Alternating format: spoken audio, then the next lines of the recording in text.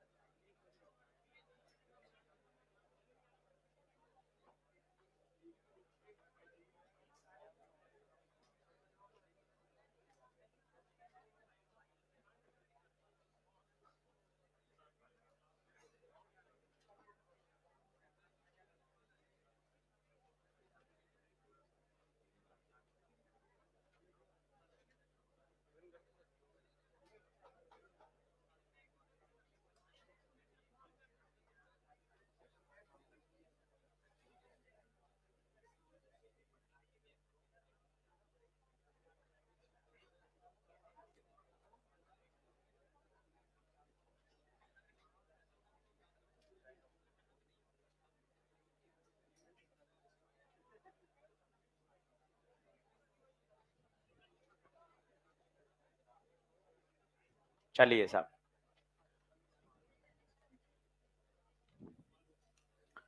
कल का एक क्वेश्चन रह गया था, पहले से करेंगे, टॉपिक को आगे बढ़ाएंगे। टॉपिक आसान है।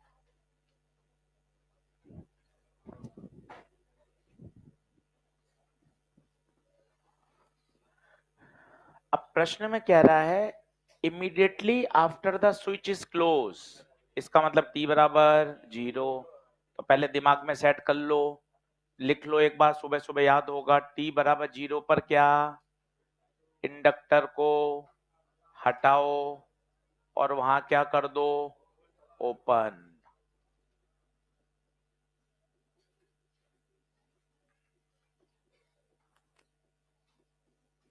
लिख लो एक बार, धीरे धीरे 10 मिनट में फटाफट सेट हो जाओ।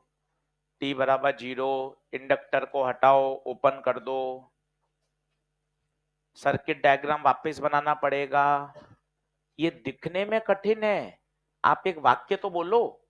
जब इंडक्टर हट जाएगा तो सर्किट में बचा कौन, केवल रेजिस्टेंस। ये तो 10वीं कक्षा का सवाल बन जाएगा भाई। तो ये सवाल तो बोनस है, छोड़ने वाले सवाल ही नहीं है। इंडक्टर को ओपन कर दो। अब आप देखना, जैसे ही आप इंडक्टर को ओपन करोगे, कौन सी करंट जीरो होगी, सोच के बताओ। कौन सी करंट जीरो, क्या I3 जीरो होगी क्या? तो पहला उत्तर आ गया I3 जीरो। पहला उत्तर आ गया I3 जीरो। चैप्टर आसान है, इस सप्ताह मेहनत करेंगे पूरी तो बढ़िया तैयार हो जाएगा। मंडे तक चैप्टर खत्म, 11 से 12 लेक्चर अलॉटेड है, उसी में करना है। फिर EMI पर NCERT पर अटैक करना है, बिल्कुल शेड्यूल चलना है, कहीं कोई लापरवाही मत करो। I3 zero. अब खुद सोचो, बगैर पेन करे भी कर सकते हो, क्या I1 I2 बराबर होंगे क्या? क्यों, जब इसमें करंट नहीं जा रही तो जो इसमें जाएगी वो ही इसमें जाएगी। तो दूसरा कंक्लूजन I1 बराबर I2 होना।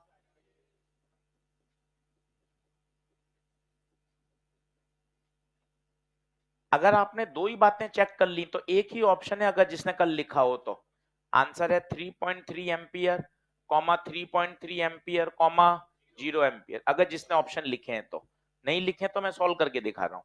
पर अगर ऑप्शन अगर आपने देख लिए तो आपको सॉल्व भी नहीं करना, एक ही ऑप्शन है जिसमें I1 I2 बराबर और I3 क्या है, 0। अब बताइए, सॉल्व करना है तो बता सकते हैं। एक और दो किसमें, सीरीज में। तो बताओ, एक और दो सीरीज में तो कितना ओम देंगे, 3 ओम। अब ओम्स लॉ लगा दें।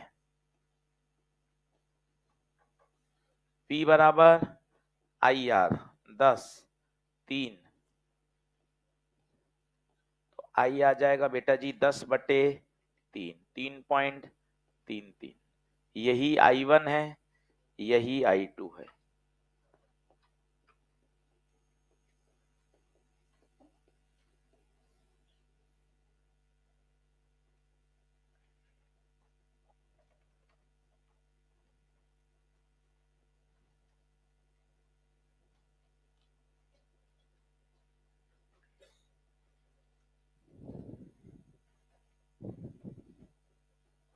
बोलिए ओके है। कल मैंने आपको स्पार्किंग का बताया था, फिर बताता हूं, सवाल आया हुआ है परीक्षा में। स्पार्किंग के पीछे लॉजिक क्या है बताइए? सर्किट का मेक और सर्किट का ब्रेक। मेक और ब्रेक के समय करंट में क्या आता है? चेंज। करंट में चेंज आता है तो फ्लक्स में चेंज आता है, इंड्यूस करंट डेवलप होती है, लीकेज ऑफ चार्ज होता है जिससे स्पार्किंग होती है। तो क्या तरीका है? आप उस कांटेक्ट को क्या कर दो? टाइट कर दो। प्लग हल्का सा ढीला है तो कांटेक्ट बन रहा है, ब्रेक हो रहा है, बन रहा है, ब्रेक हो रहा है, तो हल्की हल्की सी स्पार्किंग होती रहेगी। आप प्लग को दबा दीजिए, दबा देंगे तो क्या हो जाएगा बताइए? संपर्क एकदम टाइट, मतलब कांटेक्ट बन गया। अब कांटेक्ट बन गया तो करंट क्या हो जाएगी? कांस्टेंट, एस्टेब्लिश हो जाएगी। अगला लिखिए। खूब सारे क्वेश्चन करिए, बढ़िया इसको चैप्टर को तैयार कर लीजिए। कॉपी में सब तरह के सवाल आ जाने चाहिए, पूरा पूरा प्रश्न की लैंग्वेज लिखें।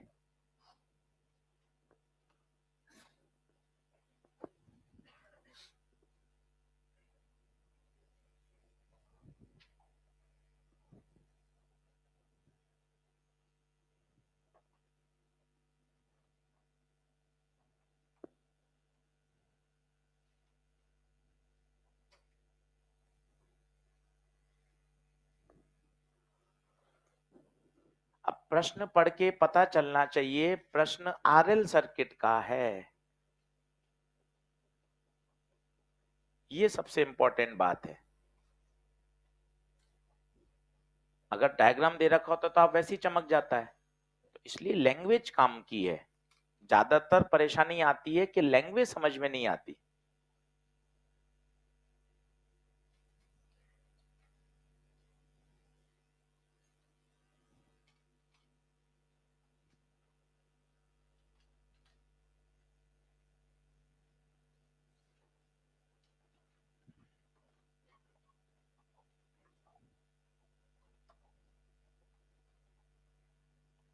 अब क्या कह रहा है वो ध्यान से देखना। वो कह रहा है आफ्टर 2 सेकेंड, एक नई बात पूछी है, जीरो और इन्फिनिटी पे नहीं पूछी, आफ्टर 2 सेकेंड। तो आपको डरावना फॉर्मूला याद होना चाहिए, आई बराबर ई बाय आर, 1 - ई की पावर -RT बटे। इसलिए एक सवाल दिया जानबूझकर कि आपको ये सूत्र याद हो। अगर नहीं सवाल देते तो आप ये सूत्र याद नहीं करेंगे, टी जीरो और इन्फिनिटी पे ही सवाल आता है वैसे तो, पर एक सवाल इसलिए लिखा ताकि आप इस सूत्र को याद करें आरएल सर्किट का। जनरली सवाल टी जीरो और इन्फिनिटी के ही हैं, पर एक प्रश्न किसी भी समय पे निकालना हो, 2 सेकंड पे, 4 सेकंड पे, तो अपन को सूत्र याद होना चाहिए। अब चित्र बना लें तो बहुत ही बढ़िया है। ये आर है, ये एल है, बैटरी है, बताइए आर कितना? 5 ओम, एल 10 हेनरी, बैटरी 5 वोल्ट, ये की। तो ई 5, R 5, 1 - E R 5, T 2, L 10, तो ये हो गया 1 - E की पावर -1। कौन सा आंसर? Second option.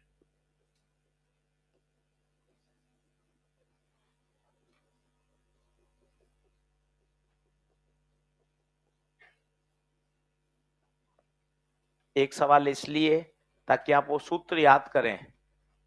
क्वेश्चन करा हुआ होता है कॉपी में तो ध्यान रहता है, अच्छा यार सूत्र भी आवश्यक है। अगला लिखिए, बराबर आइए फटाफट से।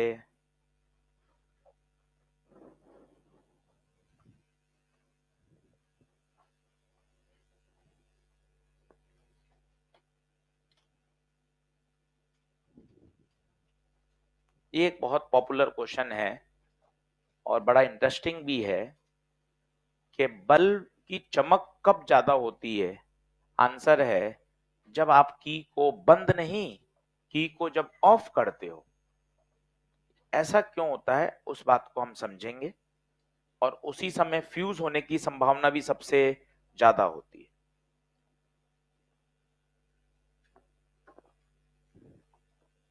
प्योर कंसेप्चुअल सवाल है, 2-3 बार सुनिएगा। मैंने आंसर को जानबूझ के रेड कर रखा है ताकि आप आंसर देखेंगे तो दिमाग में सेट होगा। आंसर है कॉन्टेक्ट इज ब्रोकन। रीजन मैं इसका समझाता हूं, असर्शन रीजन का भी यहां से प्रश्न बन सकता है।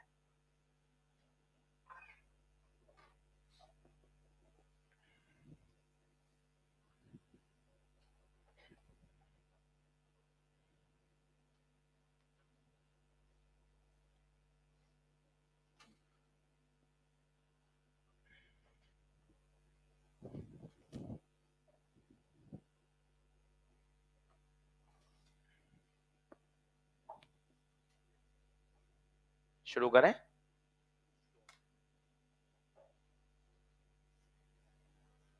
लिख लीजिए, अच्छे से सुनिएगा। कंसेप्चुअल बातें सारी आपको पता है, बस उनको एकदम सिस्टमेटिक अपन को दिमाग में अरेंज करना है। पता सारी बातें।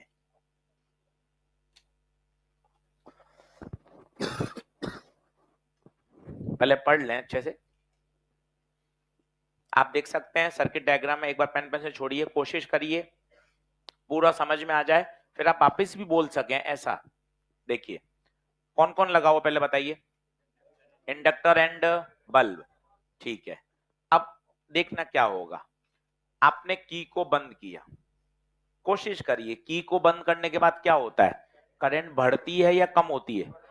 वो बोलो बोलो 0 1 2 3 4 5, 0 1 2 3 4 5, मतलब यहां से करंट बढ़ रही है।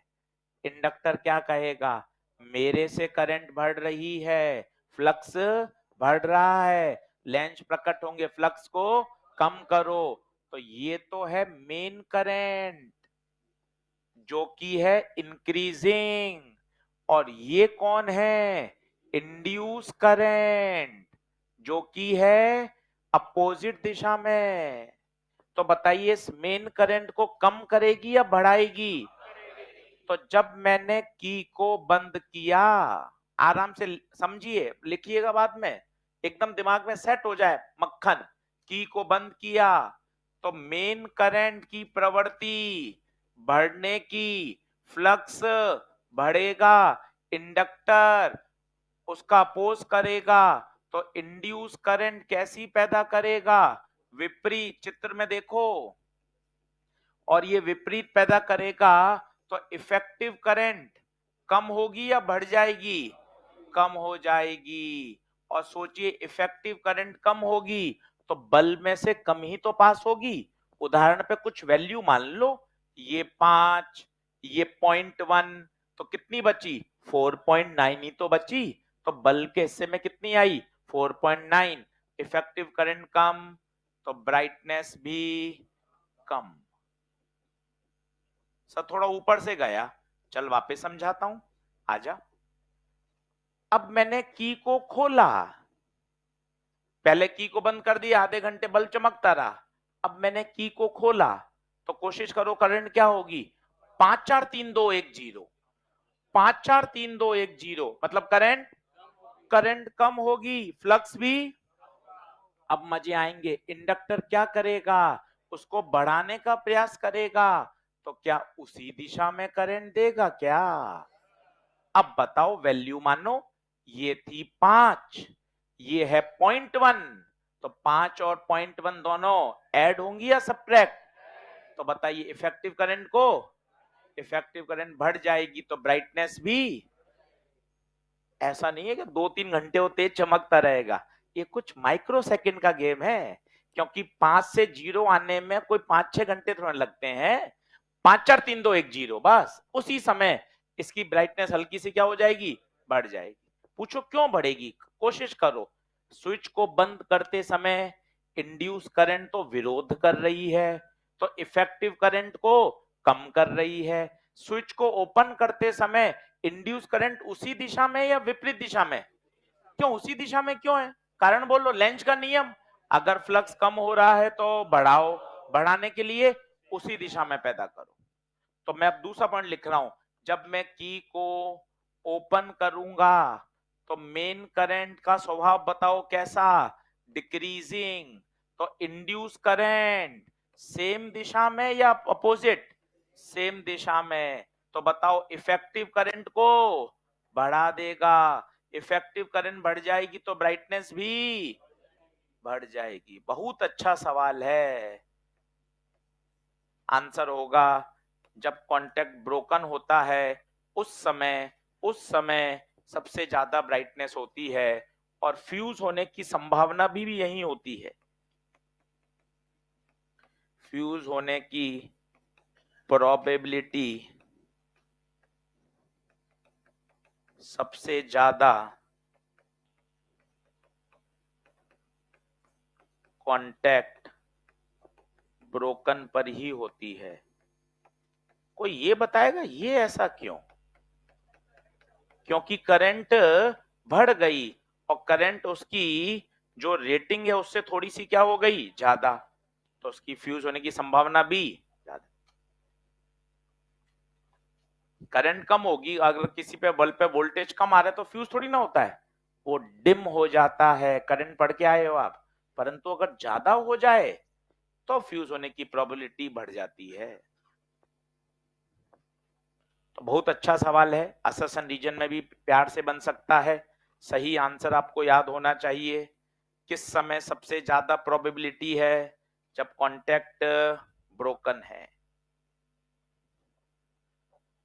इंडक्टर पूरा चैप्टर बहुत माइक्रो सेकंड का है, आप समझो। ये दो ही समय काम करता है, जब सर्किट को क्लोज करते हैं और जब सर्किट को ओपन करते हैं। जब करंट एस्टेब्लिश हो जाती है तो इंडक्टर काम खत्म, क्योंकि जब करंट कांस्टेंट हो गई तो फ्लक्स में चेंज होना बंद। इस चैप्टर की आत्मा यही है, फ्लक्स में चेंज, तभी लेंस प्रकट होते हैं।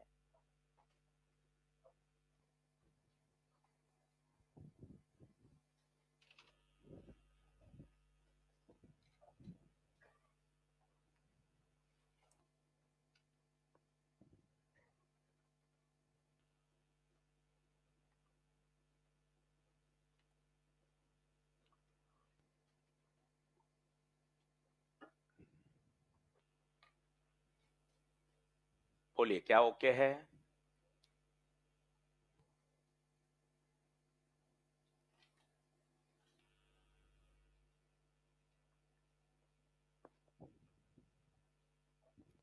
नेक्स्ट कर रहा हूं भाई।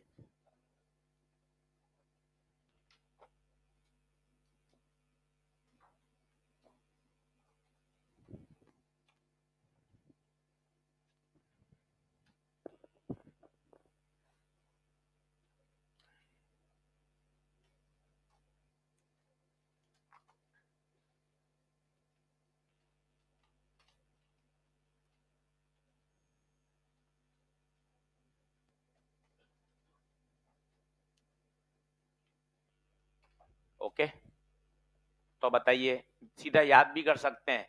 इस समय बल्ब में फ्यूज होने की संभावना सबसे ज्यादा कब? कांटेक्ट मेक या contact break? Contact break. Break के समय जो इंड्यूस करंट होगी वो उसी दिशा में होगी, तो इफेक्टिव करंट को बढ़ा देगी।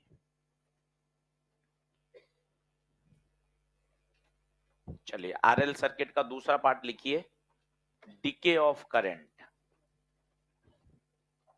डीके का मतलब है करंट का कम होना।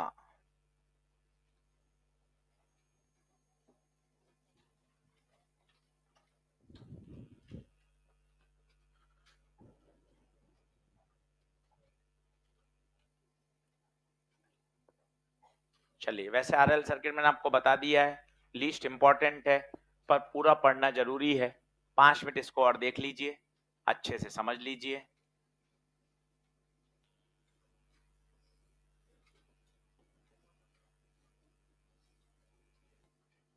पेन पेंसिल एक बार छोड़ें, आराम से देखें।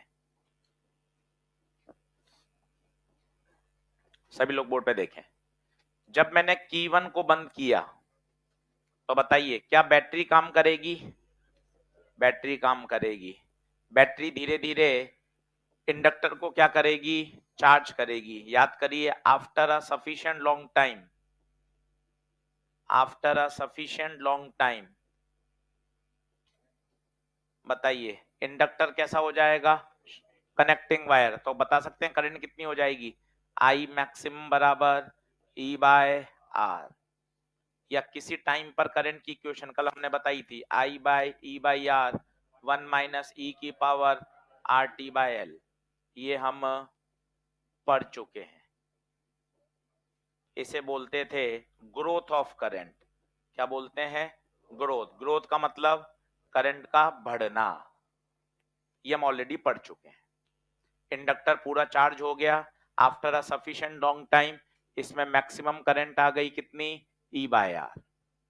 अब आज नया पढ़ रहे हैं, Q1 को तो कर दिया ओपन और K2 को कर दिया क्लोज। इन शॉर्ट, अब सर्किट से बैटरी को हटा दिया गया है, बैटरी को हटा दिया गया है। अब आप देखिएगा, मैं इसी में कर रहा हूं, आप मत बनाइएगा, अब बनाइएगा नया। मैंने इसको तो कर दिया ओपन और इसको कर दिया क्लोज। आराम से पहले देख लें, क्या बैटरी हट चुकी है? अब बताइए सर्किट में कौन बचा? केवल आरएल बचे। पहचानेंगे कैसे ग्रोथ है या डिके है? अगर बैटरी लगी हुई होती है तो खुद ही समझ में आ रहा है, बैटरी करंट को, इंडक्टर को चार्ज करेगी। अब बैटरी हट चुकी है तो बताइए क्या चालू हो जाएगा? डीके। अब इंपॉर्टेंट ये है, करंट कम क्यों होगी? ये ई बाई आर ही क्यों नहीं फ्लो होती रहे? तो कारण है बहुत जबरदस्त, 10वीं कक्षा, दिमाग लगाएंगे तो मजा आएगा। पहले तो मुझे बताओ, क्या करंट नीचे जाएगी क्या? नहीं जाएगी। सर पहले ये वाली कहानी वापस समझाओ, ये समझ में नहीं आई। ये तो हमने कल ही पढ़ा था, इसको बंद किया, सर्किट में करंट फ्लो करेगी, इंडक्टर चार्ज होगा, ये इक्वेशन थी। After a very long time, जब इंडक्टर पूरा चार्ज हो जाएगा तो करंट कितनी हो जाएगी? E by R. अब आपने इसको खोल दिया और इसको क्या कर दिया? बंद। अब मुझे बताइए ये करंट कम क्यों होती जाएगी? कारण है 10वीं कक्षा, जैसी करंट रेजिस्टेंस में जाएगी, रेजिस्टेंस क्या करेगा? हीट का लॉस करेगा। कौन सा? आई स्क्वायर आर टी। प्रश्न ये उठता है, सोच के बताइए, ये ऊर्जा आएगी कहां से? ये ऊर्जा आएगी कहां से? क्योंकि हीट तो एक एनर्जी है, energy neither be created nor be destroyed. मजा आएगा, इंडक्टर की ऊर्जा धीरे धीरे कम होगी। क्या इंडक्टर के पास ऊर्जा होती है क्या? भाई कल पढ़ाया था ना, हाफ एल आई स्क्वायर। थोड़ा बातों को समझिए, सूत्र वूत्र तो याद कर लिए, नहीं करे कोई दिक्कत नहीं है, पर एक फिजिक्स का मैकेनिज्म तो समझिए कि क्या होगा। कि सर देखो, आपने ये ओपन कर दिया तो करंट नीचे तो नहीं जा रही, करंट के पास ये वाला पाथ है, करंट के पास ये वाला पाथ है। मैं कह रहा हूं धीरे धीरे इंडक्टर डिस्चार्ज होगा। ये इंडक्टर डिस्चार्ज होगा, इस शब्द के क्या मतलब है? इसका मतलब है इंडक्टर की ऊर्जा धीरे धीरे कम होगी। तो ऊर्जा फिर जाएगी कहां? एनर्जी तो neither be created nor be destroyed. ऊर्जा कौन खाएगा बताइए? कौन खाएगा? रेजिस्टेंस ऊर्जा को खाता जाएगा। धीरे धीरे इंडक्टर डिस्चार्ज होता जाएगा और रेजिस्टेंस में एनर्जी हीट के रूप में लॉस होती जाएगी। बताइए कुछ समय बाद क्या होगा? काफी समय बाद क्या इंडक्टर पूरा डिस्चार्ज हो जाएगा और सारी ऊर्जा कौन खा जाएगा? रेजिस्टेंस खा जाएगा। आफ्टर सफिशिएंट टाइम ये करंट ही खत्म हो जाएगी, क्योंकि करंट कौन फ्लो करवा रहा था? इंडक्टर के पास ऊर्जा था। ये पिताजी का बैंक बैलेंस है, ये आप मम्मी आपके छोटे भाई बहन जो फुल मजे मार रहे हैं, ये पिताजी का बैंक बैलेंस है। ये अपन सब लोग हैं, ये है बैंक बैलेंस, ये है खर्च करने वाले। एक समय ऐसा आएगा जब पूरा बैंक बैलेंस खर्च हो गया, खाली कर दिया आपने। तो देखिए ये वही बात हो रही है, करंट धीरे धीरे क्या होती जाएगी? एक्सपोनेंशियली कम होगी। और इसका फॉर्मूला आता है आई बराबर आई नॉट ई की power minus R T by. ये कब का है? ग्रोथ या डिके? अब इसमें खुद आप रख के देखिए, आपको मजा आएगा। एक बार टी बराबर जीरो रखिए, रखिए एक बार टी बराबर जीरो, सॉल्व करके बताइए। आई बराबर आई नॉट ई की पावर जीरो, ई की पावर जीरो, इनिशियल करंट कितनी थी? I not. After a sufficient long time, after a long time, बिना पेन चलाए बताओ करंट जीरो हो जाएगी या फ्लो करेगी? बिना पेन चलाए सोचो, आफ्टर वेरी लॉन्ग टाइम होगा क्या? इंडक्टर धीरे धीरे डिस्चार्ज हो रहा है, वो ऊर्जा कहां जा रही है? हीट के रूप में डिसिपेट हो रही है। काफी समय बाद इंडक्टर पूरा डिस्चार्ज हो जाएगा, हीट पूरी डिसिपेट हो जाएगी, तो सर्किट में बहने वाली करंट अब आप रख के देखना करंट जीरो आएगी, टी बराबर इन्फिनिटी रखो, आई बराबर आई नॉट ई की पावर इन्फिनिटी, ई की power minus infinity zero, current becomes zero. क्या बात समझ में आ रही है? तो एक ग्रोथ होता है और एक डिके होता है। सर अंतर कैसे, कब कौन सा लगाऊं? सीधा है, जब बैटरी यूज हो रही है तो क्या लगेगा? ग्रोथ। यहां देखिए बैटरी को हटा दिया गया है, बैटरी हट गई, इंडक्टर धीरे धीरे क्या हो रहा है? अगर मैं आपसे पूछूं अल्टीमेटली क्या होगा तो आपको मजा आ जाएगा, ये होगा देखना, half L I square, this will converted into I square R. अगर आप समझ पा रहे हो तो एब्सोल्यूट फिजिक्स यही है। ये देखिए, ये देखिए, जो आपके पास एनर्जी है वही तो एनर्जी धीरे धीरे किस में डिसिपेट हो रही है? हीट के रूप में। आपसे पूछेगा मैक्सिमम हीट डिसिपेटेड बताओ, मैक्सिमम हीट डिसिपेटेड बताओ, तो बताइए मैक्सिमम हीट कितनी डिसिपेट हो सकती है? जो उसके पास ऊर्जा स्टोर्ड है। आप इसको छोड़ो, ये ब्लैंक कर दो, पहले सोचो, 100 रुपए बैंक बैलेंस है, आपसे का खर्च करो, 2 रुपए 5 रुपए हॉस्टल घूमना फिरना इधर उधर स्टेशनरी किताबें। आपसे मैं सीधा पूछ रहा हूं, बेटा तू मुझे रोजमर्रा का खर्च मत बता, तो ये बता तू अधिकतम कितना खर्च कर सकता है? आप कहोगे सर 100 रुपए है, यही मैं 100 रुपए खर्च कर सकता हूं। आपसे पूछा गया जेई मेन में कि अधिकतम हीट डिसिपेट बताइए। अब बच्चा इंटीग्रेशन कर रहा है, आई स्क्वायर आर टी लगा रहा है, जरूरत ही नहीं है। जो इंडक्टर के पास बैंक बैलेंस है वही तो खर्च हो सकता है। इंडक्टर के पास कितना है बताइए? हाफ एल आई स्क्वायर, यही तो हीट के रूप में डिसिपेट हो सकता है, इससे ज्यादा तो हीट डिसिपेट कर ही नहीं सकता। नोट डाउन करिए, एक बार और समझाता हूं धीरे धीरे।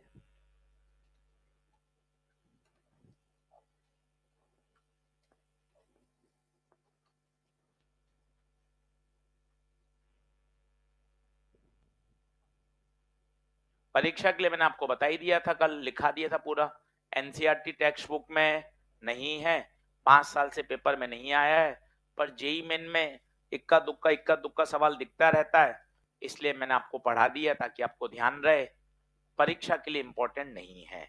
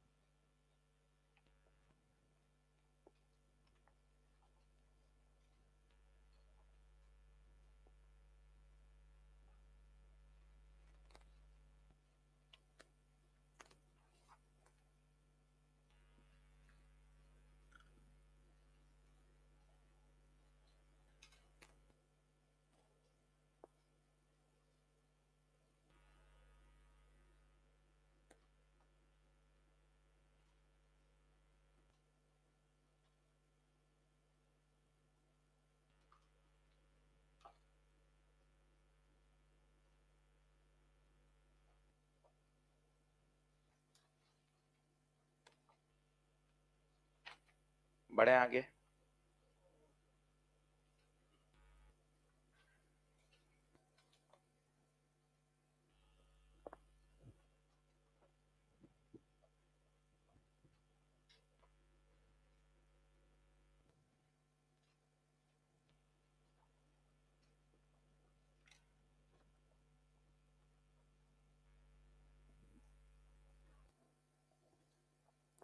आज ईएलपी का होमवर्क मिलेगा, अच्छे से करके लानी है, कल 30 से 40 मिनट ईएलपी कराऊंगा, ईएलपी 1 में 2 करेक्शन है वो भी बताऊंगा, आगे होमवर्क मिलेगा, मंडे तक ईएलपी पूरी करनी है, तो आज से थोड़ा सा स्पीड मेंटेन करनी पड़ेगी, ज्यादा सवाल नहीं है, तो आज होमवर्क मिलेगा, कल सभी ईएलपी लेकर आए ताकि अपन अच्छे से इसको मेंटेन कर सकें। ये पहले लिख लीजिएगा, ये हम पढ़ चुके हैं, ये कहलाता है ग्रोथ। ग्रोथ कब होता है सरल भाषा में बताइए? जब बैटरी कनेक्ट होती है। डिके कब होता है? जब बैटरी को हटा दिया जाता है। गणित के चक्कर में ना पड़े, फिजिक्स सोचें, बैटरी को हटा दिया है, अब एनर्जी डिसिपेट कौन करेगा? रेजिस्टेंस है किसके पास? इंडक्टर के पास। ऐसा बोलिए तो एक आपको एक कॉमन बातें डेवलप होंगी। हीट डिसिपेट हो रही है, अब आपका प्रश्न आना चाहिए सर हीट आएगी कहां से? बचपन में स्कूल में पढ़ा हुआ था energy neither be created nor be destroyed, तो तुरंत काउंटर एक्ट आएगा। अच्छा ये हीट कहां से आ रही है? इंडक्टर के पास। धीरे धीरे इंडक्टर डिस्चार्ज होता जाएगा, एक समय ऐसा आएगा इंडक्टर पूरा डिस्चार्ज हो जाएगा। उसने पूछा एक बार मैक्सिमम हीट डिसिपेटेड बताओ, तो इंडक्टर के पास जो स्टोर होगा वही तो मैक्सिमम हीट डिसिपेट होगी। इससे ज्यादा तो आप बैंक बैलेंस से ज्यादा पैसा खर्च नहीं कर सकते। बताइए क्या ओके है?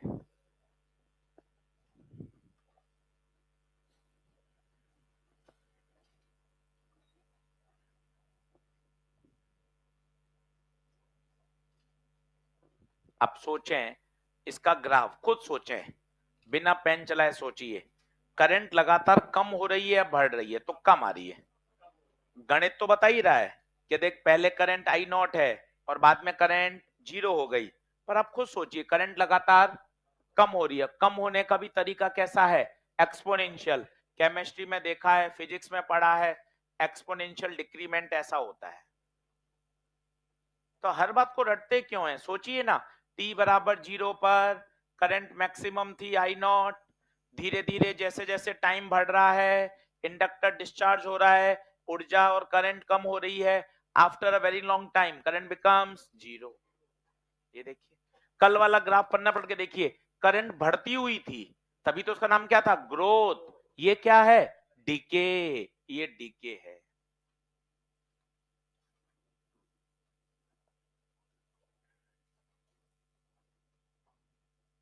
सोच के देखिए ये डीके है। हर चीज का लॉजिक है, गणित का एक्सप्रेशन तो बता ही रहा है। इसे बोलते हैं एक्सपोनेंशियल डिके। Exponential decay. तेज गति से करंट क्या हो रही? क्या आगे बढ़े क्या?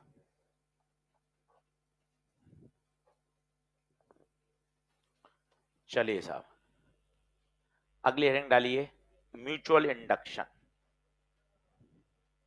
ये था सेल्फ इंडक्शन सेक्शन बी का। अब सेक्शन बी में ही पढ़ रहे हैं म्यूचुअल। बहुत आसान है, 5-10 मिनट में ही समझ में आ जाएगा। फिर खूब सारे न्यूमेरिकल हैं, फॉर्मूले बहुत आसान।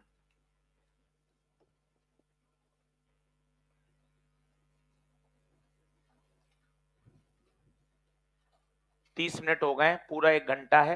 1 घंटा ध्यान से म्यूचुअल इंडक्शन सुन लीजिए, सब बच्चों को एक बार में समझ में आ जाएगा और आसान सवाल इसके बन जाएंगे। बस पूरा फोकस करिएगा। सभी लोग बोर्ड पे देखें और समझने की कोशिश करें।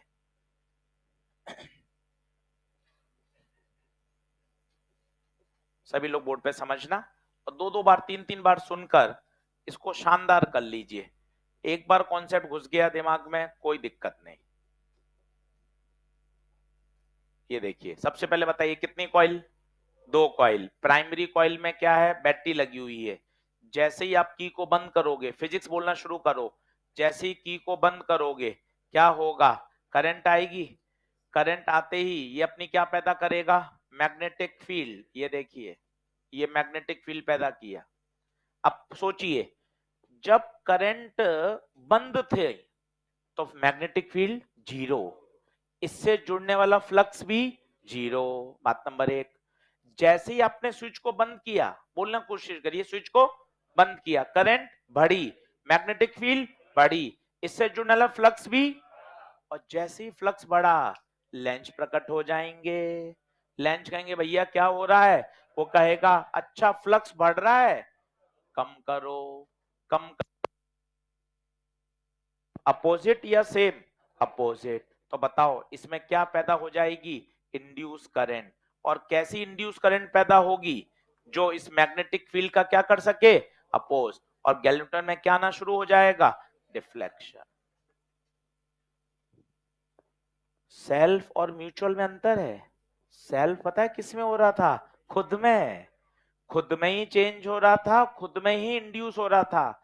इसमें चेंज तो किस में कर रहे हैं? प्राइमरी में। प्रभाव किस में दिख रहा है? सेकेंडरी में। तो आप कहोगे सर क्या यहां सेल्फ नहीं हो रहा होगा? सेल्फ यहां भी हो रहा होगा, पर अभी हम सेल्फ की बात नहीं कर रहे हैं, म्यूचुअल की बात कर रहे हैं। तो पहले इसको 2-3 बार बोल लीजिए। कितनी कॉइल का सेटअप है? 2। धीरे धीरे। एक प्राइमरी और एक करंट किस में फ्लो कर रही है? प्राइमरी में। अब एक एक स्टेप बोलिए। जैसे मैं प्राइमरी में की को बंद करूंगा, करंट बढ़ेगी। करंट बढ़ेगी तो मैग्नेटिक फील्ड बढ़ेगी। मैग्नेटिक फील्ड बढ़ेगी तो फ्लक्स भी। सेकेंडरी कहेगा पहले मेरे से फ्लक्स 0 था, अब अचानक से फ्लक्स आ गया, तो फ्लक्स में क्या हुआ? चेंज। ये फ्लक्स में चेंज होने के कारण लेंज लॉ लगेगा। लेंज लॉ क्या कहेगा? एक इंड्यूस करंट को फ्लो करो जो इस फ्लक्स का क्या कर सके? अपोज। आप गौर करिए, जो सबसे इंपॉर्टेंट बात है, इस सेकेंडरी सर्किट में कोई बैटरी नहीं लगी हुई, फिर भी गैल्वेमीटर में क्या आ रहा है? डिफ्लेक्शन। यही तो सबसे इंपॉर्टेंट बात है जो रोचक है कि आप सेकेंडरी सर्किट में आपने आज तक क्या देखा है? सेल खरीद के लाओ, करंट फ्लो करेगी। बैटरी लगाओ, करंट फ्लो करेगी। रिमोट में सेल डाल दो, करंट फ्लो कर रही है। सेकेंडरी सर्किट में कोई बैटरी नहीं है, फिर भी क्या आ रही है? Induce current. यही तो चैप्टर का बेसिक है। जिस दिन खत्म होगा उस दिन भी आपको ये बोलेंगे फ्लक्स में चेंज हो रहा है, ईएमएफ आएगा और वो ईएमएफ सर्किट में क्या फ्लो कराएगा? करंट। यही तो फैराडे लॉ है। आप इस बात को दिमाग में बैठा लीजिए, चैप्टर जब खत्म होगा तब भी यही आएगा। फ्लक्स में चेंज, लेन जाएंगे। फ्लक्स में चेंज हो रहा है, इंड्यूस ईएमएफ लाओ और क्या पैदा करो? करंट। ये देखिए। अब मैं अगला सेंटेंस लिख रहा हूं, वो ध्यान से देखिएगा। Flux link with secondary is directly proportional to current in primary. क्यों? कोशिश करके बताओ क्यों। बताओ। करंट बढ़ेगा, कमॉन, करंट बढ़ेगा, मैग्नेटिक फील्ड भी। मैग्नेटिक फील्ड बढ़ेगा तो फ्लक्स भी। Flux is directly proportional to current in the primary. Proportional हटाइए, कांस्टेंट आता है और यहां कांस्टेंट आता है एम। अगर आपको याद है बच्चों को, तो एल का भी यही फॉर्मूला था। वहां आता था फाई बराबर एल आई, या फाई बराबर M I. This M is called coefficient of mutual induction. और मजे की बात, अगला सेंटेंस सुनोगे तो मजा आएगा। आपने इसको प्राइमरी माना, इसको सेकेंडरी माना। अब मैं इसको प्राइमरी ना मानकर बैटरी को मैंने इसमें लगा दिया, सेम प्रभाव देखा। तो दोनों केस में जो एम निकल के आया वो सेम आया। तो किताबों में एनसीईआरटी में ऐसा लिखा हुआ है, M12 बराबर M21। मैं किताबों में ऐसा लिखा हुआ, मैं ऐसा तीर का निशान बना के दे रहा हूं। क्या मतलब है? आपको ऊपर से गया, वापस सुनो। आपने बदलाव किस में किया था? कॉइल नंबर 1 में। प्रभाव किस में देखा? कॉइल नंबर 2 में। उल्टा करो, अब बदलाव किस में करो? कॉइल 2 में। प्रभाव किस में देखो? कॉइल 1 में। सेम इफेक्ट प्रोड्यूस होता है। इसका मतलब 1 से 2 का म्यूचुअल इंडक्टेंस और 2 से 1 का म्यूचुअल इंडक्टेंस दोनों सेम होते हैं, दोनों सेम होते हैं। इसलिए मैंने बार बार अब M12 M21 नहीं लिखा, क्या लिख दिया? M। तो पहला फॉर्मूला आ चुका है, फाई बराबर एम आई। अब सोचिएगा, इफ, और बोलता हूं पहले और समझाता हूं फिर लिखिएगा। If there is change in current delta I in the primary coil. आप पता है हर बात को रटेंगे तो दिक्कत है। आप इसको सोचिए, यहां मैं करंट का बदलाव करूंगा, तो करंट के बदलाव करने से क्या फील्ड बदलेगी, और फील्ड के बदलने से फ्लक्स भी बदलेगा। तो अब मैं क्या लिख रहा हूं, अगर मैंने करंट में कितना चेंज किया? Delta E. तो फ्लक्स में भी कितना चेंज आएगा बताइए? Delta phi. और ये delta phi in secondary is proportional to the change in current in primary. 1 का मतलब बोलिए 1 प्राइमरी, 2 बोलिए। तो बताइए डेल्टा फाई बराबर एम डेल्टा आई। इस पे भी एक एनसीईआरटी में प्रश्न है, पहले आप लिख लीजिए, फिर वापस बात करता हूँ। एम की यूनिट वही होती है जो एल की होती है, बताइए कितनी? हेनरी। एम की यूनिट वही होती है जो एल की होती है। कुछ लोग इसको वेबर पर एम्पियर भी बोलते हैं। आराम से लिखिए, टॉपिक बहुत आसान है और कम से कम 7-8 बार बोल लीजिए 8:30 8:15 बजे तक। प्राइमरी में करंट को फ्लो कराया, प्राइमरी ने मैग्नेटिक फील्ड पैदा की, ये मैग्नेटिक फील्ड किससे जाके जुड़ी? सेकेंडरी से। सेकेंडरी ने क्या कहा? अरे यार पहले तो फ्लक्स 0 था, अब मेरे अंदर क्या आ गया? फ्लक्स। मतलब फ्लक्स में क्या हुआ? चेंज। और यही फ्लक्स में चेंज उसमें क्या पैदा करेगा? Induce current. लिख लें, फिर एक बार और धीरे धीरे सिस्टमैटिक समझाता हूं। आसान है, कहीं दिक्कत नहीं आती। एक एक सवाल इसका भी सॉल्व होना शुरू करेंगे।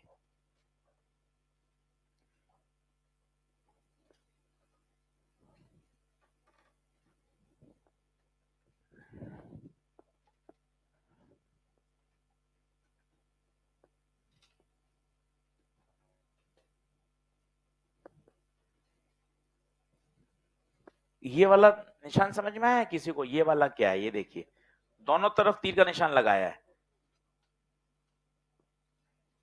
1 से 2 में, 2 से 1 में। ये अमेजोन का निशान है, आप देखना आज जो आपने अमेजोन शॉपिंग वाला निशान है ना, वो यही होता है। ए से लेके जेड तक स्माइली है उसमें। सिंबल को ध्यान से देखना आज घर जाके।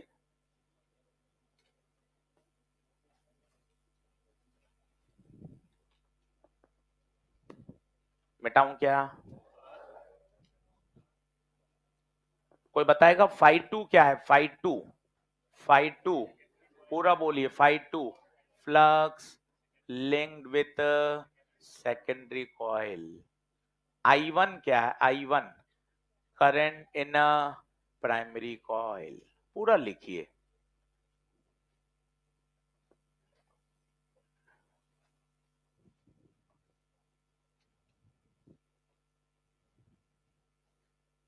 चैप्टर की मूल भावना एक ही है, जब जब फ्लक्स में चेंज होगा तब तब इंड्यूस ईएमएफ आएगा और सर्किट में क्या फ्लो करेगी? करंट। बस इस बात को समझिए, ये बात दिमाग में बैठेगी तो क्या चैप्टर की फील आएगी आपको, आप बोल पाओगे। मैंने प्राइमरी में की को बंद किया, सर्किट में करंट आई, प्राइमरी ने मैग्नेटिक फील्ड पैदा करी, ये मैग्नेटिक फील्ड सेकेंडरी से जुड़ी, सेकेंडरी ने इस फ्लक्स का क्या किया? अपोज किया, एक इंड्यूस करंट फ्लो कराई। This is called EMI. यही ईएमआई है, इलेक्ट्रोमैग्नेटिक इंडक्शन। आप इंडक्शन पे शब्द पे जाइए। इंडक्शन, इंडक्शन क्या होता है? मतलब देखने से प्रभाव। जैसे क्या होता था, हमें पता था पिताजी हमारे स्कूल से 1:30 बजे आते थे, तो 1:30 बजे जैसे ही बाहर स्कूटर की आवाज सुन लेते थे कि हाँ इसके आसपास पापा की गाड़ी आ जाएगी, भाई साहब गाड़ी की आवाज सुनते ही टेबल कुर्सी पर बैठ गए, किताब खोल के पढ़ने बैठ गए। This is called induction. कोई अपने मन से थोड़ी ना बैठे हैं, डर से बैठे हैं, डर। अभी पिताजी आते ही चिल्लाना शुरू कर देंगे, तो बाहर स्कूटर की आवाज जैसी बंद हुई, स्कूटर की आवाज का बंद होना और यहाँ किताब का खुलना, दिस इज कॉल्ड इंडक्शन। कोई लोग मन से थोड़ी ना बैठे, कोई टेबल कुर्सी पे पढ़ने, डर से बैठे, डर। ये इंडक्शन है कि बाहर और अंदाजा है कि 1:25 1:30 के आसपास आते हैं, तो वो सही, वही इंडक्शन है। बदलाव किस में हो रहा है? प्राइमरी में। तो प्रभाव किस में दिख रहा है? सेकेंडरी में। This is called induction. होता है ना, डांट बड़े भाई को पड़ रही है, पिताजी गुस्सा मां पे कर रहे हैं, पर आपके अंदर अंदर फट रही है। कारण क्या? अरे यार अभी पिताजी का मूड खराब है, अगला नंबर मेरा भी हो सकता है। बड़े भाई को बेल्ट पड़ रही है आपके सामने, आपने कुछ नहीं करा, पर आपको 10 दिन पहले की चोरी याद आ गई। अरे हाँ यार, वो पकड़ में नहीं आ जाए। ऐसा होता है कि आप क्लास में पढ़ रहे हैं 7th A में, प्रिंसिपल ने बुलाया कि आपको क्लास के बाद मिलना है, अब आपको पिछले 15 दिन की सारी बदमाशी याद आ जाती है। यार वहां क्या किया था, उधर किस लिए बुलाया होगा, क्या किया होगा, पूरी कैसेट रिवाइंड हो जाती है। ऐसा पेपर में भी होता है, जब सवाल सॉल्व नहीं हो रहे थे ना, तो साल भर के मजे सारे याद आ जाते हैं कि हाँ यार मैंने इतने मजे मारे। इतनी तेज कैसेट रिवाइंड होती है कि सारा पूरा एक साल आंखों के सामने से निकलता है। जब एक एक सवाल नहीं बनता तो कि अच्छा हाँ यार ये तो मैंने क्लास छोड़ी थी यार। चलिए क्या ये बात ओके है क्या? नीचे लिखिए, नीचे लिखिए, from Faraday's law, from Faraday's law we know that. Faraday का लॉ बोलिए, यही चैप्टर की जान है। E बराबर minus d phi by d t, यही चैप्टर है। यही चैप्टर है कि जब जब फ्लक्स में चेंज होगा तब तब इंड्यूस ईएमएफ आएगा। अब देखो मैं क्या लिख रहा हूं, फ्लक्स में चेंज हो रहा है और इंड्यूस ईएमएफ आ रहा है। ये क्या है फाई टू, बोलिए फाई टू। फ्लक्स में चेंज किसमें? सेकेंडरी में, ईएमएफ सेकेंडरी। अब ध्यान से देखना, minus d by D t, phi two की जगह पन्ना पलटो, फाई टू की जगह कोशिश करो एम आई वन। सेम फॉर्मूले अभी आप देखोगे, एम बाहर आ जाएगा तो बताओ फॉर्मूला बन गया minus M D I one by D t. किसी को वहां का याद हो तो आया था minus L d I by D t. Sir ये 2-1 के नाटक क्यों आ रहे हैं सर, मेरे ऊपर से जा रहा है, तो बोलेगा तो मजा आएगा। करंट प्राइमरी में चेंज हो रहा है, प्रभाव सेकेंडरी में आ रहा है, तभी तो ये म्यूचुअल है।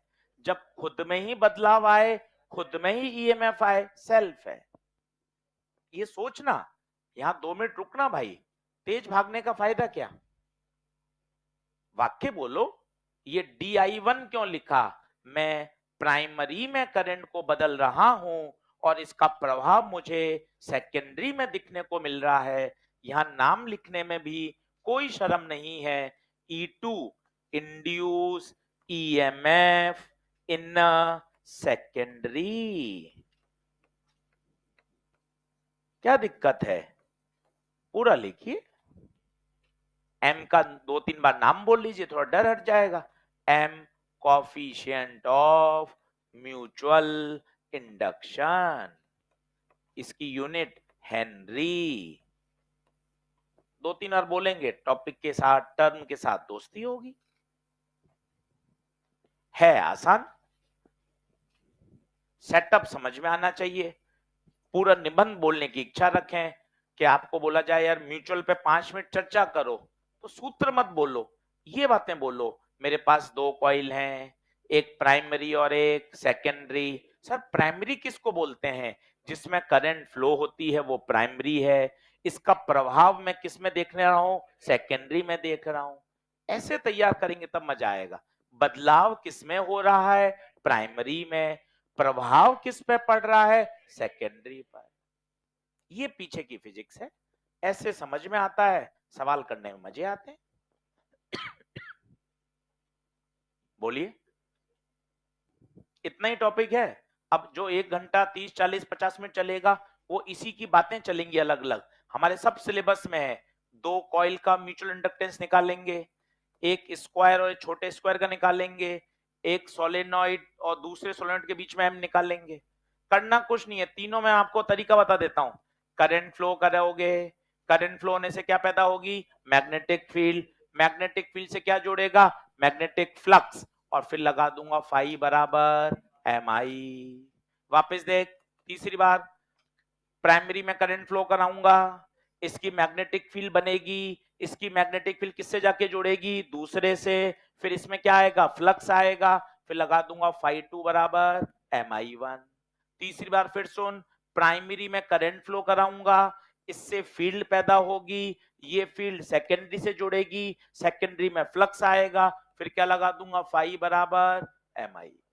ये तीनों करके देखेंगे, तीनों परीक्षा के प्रश्न हैं, पर तरीका तीनों का एक जैसा है। 1 बाय 1 क्वेश्चन करते हैं, धीरे धीरे समझ में आएगा। पहला प्रश्न लिखिए।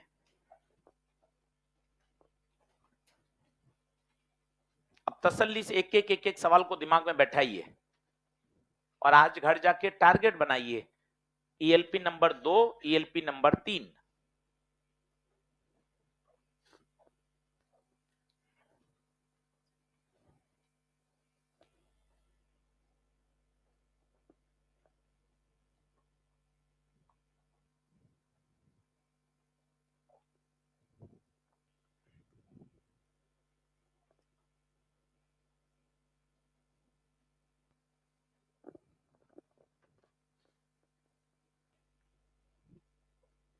अब इसमें हल्की सी मैथ्स है, पर आप ध्यानपूर्वक करेंगे तो आपको पता चलेगा।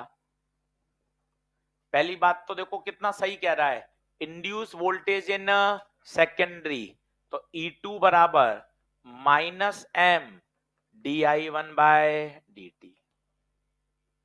अब मुझे बताओ सर ये कैसे पता चल रहा है करंट बदल रही है?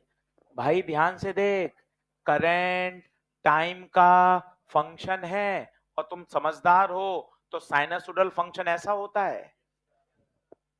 अपार्ट फ्रॉम सॉल्यूशन तुम फिजिक्स भी सीखो कि करंट लगातार बदल रही है, करंट के बदलने से फ्लक्स बदलेगा, तभी तो इंड्यूस ईएमएफ आएगा। अब तो कुछ भी नहीं है, प्राइमरी की करंट दे रखी है, मतलब I1 दे रखा है। अब ये सवाल बन गया बेसिक मैथ्स का डिफरेंशिएशन का।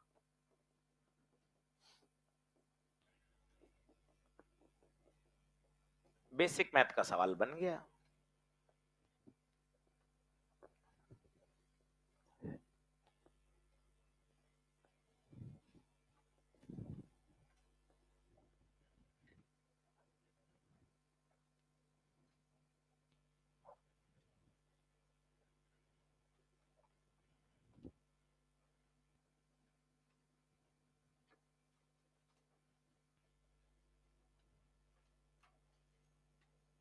अब यहां गलती होती है, साइन का डिफरेंशिएशन याद है, साइन का कॉस और ओमेगा टी का वापस करेंगे इनटू ओमेगा, तो ईएमएफ आ जाएगा -mi0 omega cos omega T. कौन सा ऑप्शन? मैग्नीट्यूड पूछा है कि नहीं? साइन के साथ पूछा है, साइन के साथ दूसरा जाएगा। छोटा सा सवाल, 2 मिनट का ब्रेक लें, दिमाग में बैठाइए, इन शब्दों को खेलिए। प्राइमरी, सेकेंडरी, ये बार बार आएगा, बार बार वो चित्र याद रखिए। बदलाव प्राइमरी में होता है, परंतु लिंक सेकेंडरी में इसका प्रभाव देखने को मिलता है। मैंने उदाहरण वो पिताजी वाला इसलिए दिया ताकि आप समझो, इंडक्शन आना पिताजी का हुआ है, पर डर अंदर हमें लग रहा है और हम पढ़ने बैठ गए, तो हमारा जो इंडक्शन हुआ है वो पिताजी की वजह से हुआ है। एक हिंदी में मुहावरा होता है, खरबूजे को देखकर खरबूजा रंग बदलता है, तो ये क्या है? ये इंडक्शन ही तो है। This is called induction. Induction का मतलब क्या हुआ? मैं सेकेंडरी को कुछ नहीं कह रहा, मैं तो मार ही किस, वीडियो भी आप देखते हैं, वो क्या होता है कि ना, वो माँ छोटे बच्चे को खाना खिला रही है, ठीक है, अब 2-3 साल का बच्चा है, अब उसको खाना वो खा ही नहीं रहा, पास में एक टेडी बैठा है नकली, टेडी को मारती है जोरदार थप्पड़, बच्चा हाँ खिला दो। अब देखो कितना छोटा बच्चा है, 2 साल का है, एक वीडियो है, आप, मैं आपकी इमेजिनेशन डेवलप कर रहा हूँ। माँ एक छोटे बच्चे को खाना खिला रही है, बोलो इतना समझ में आया? पास में एक बड़ा टेडी नकली बैठा है, छोटा बच्चा खाना नहीं खा रहा है, माँ क्या कर रही है? छोटे बच्चे को नहीं मार रही, उस टेडी को एक जोरदार थप्पड़ मारा, बेटे ने देखा, खिला दो। This is called induction. थप्पड़ पड़ा है प्राइमरी को, पर प्रभाव किसको मिला? सेकेंडरी को। यही तो इंडक्शन है, और वास्तव में यही इंडक्शन है। This is called induction. बदलाव किसमें? प्राइमरी में, प्रभाव किसमें? सेकेंडरी। खत्म। कभी इसमें पूछे मैक्सिमम वैल्यू बताओ, मैक्सिमम, तो बता सकते हो? कॉस की मैक्सिमम से मैक्सिमम वैल्यू 1 होती है, तो मैं आपसे पूछूं मैक्सिमम इंड्यूस ईएमएफ, कभी कभार ये पूछ लेते हैं, मैक्सिमम इंड्यूस ईएमएफ, तो मॉड ले लिया, माइनस हट जाएगा, और कॉस ओमेगा टी की वैल्यू 1 होती है, ये कहलाएगा ई मैक्स। ई मैक्स कभी कभार ये पूछ लेते हैं, मैक्सिमम ईएमएफ बताइए, तो आपको पता होना चाहिए कॉस ओमेगा टी की मैक्सिमम वैल्यू 1 होती है। तो दो अलग अलग सवाल हैं, कभी आपसे पूछ ले मैक्सिमम वैल्यू बताओ, तो आपको याद होनी चाहिए कॉस की मैक्सिमम वैल्यू 1 रख दी, मॉड ले लिया, उत्तर आ गया mi0 ओमेगा।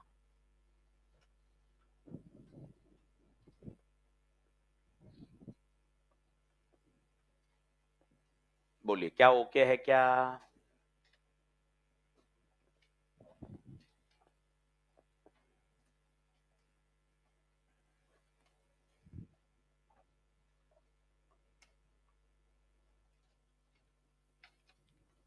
अगला लिखिए।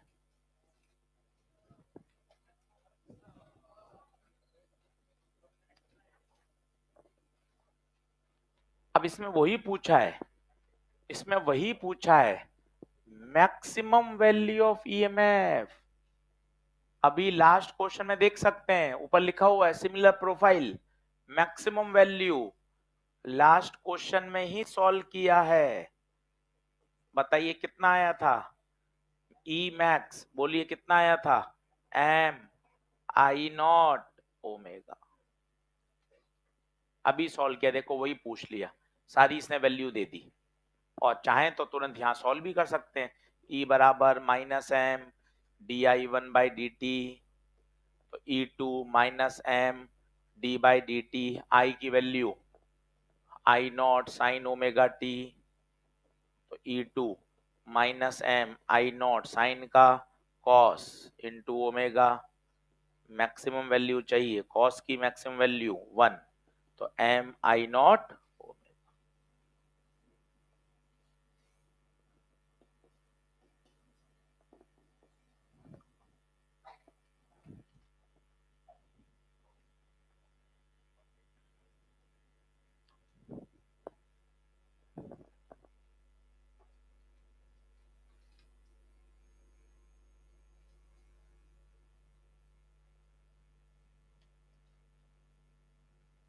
कितना आएगा बताइए, सॉल्व कर लें पूरा।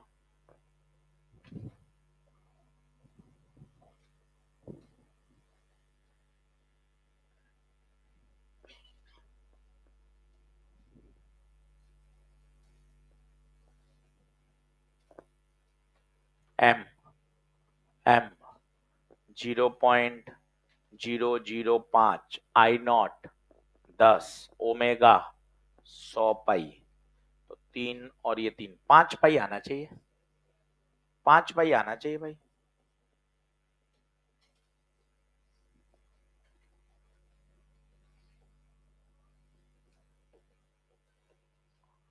देख लो तसल्ली से, दोनों सवाल एक जैसे हैं, आजू बाजू लिखा है, इंपॉर्टेंट है।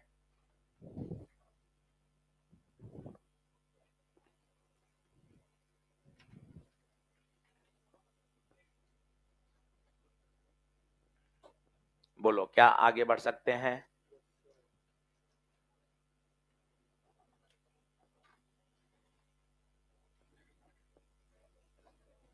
अब 3 डेरिवेशन करने हैं, कौन कौन से 3 याद करिए, 2 कॉइल का, 2 सोलेनॉइड का, 2 स्क्वायर का, तीनों अपने सिलेबस में है, 1 बाय 1 मैं करके दिखाता हूं।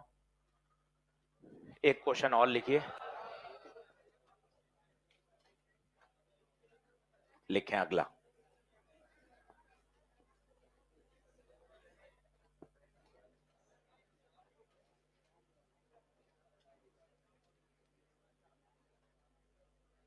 अगला क्वेश्चन लिखिएगा।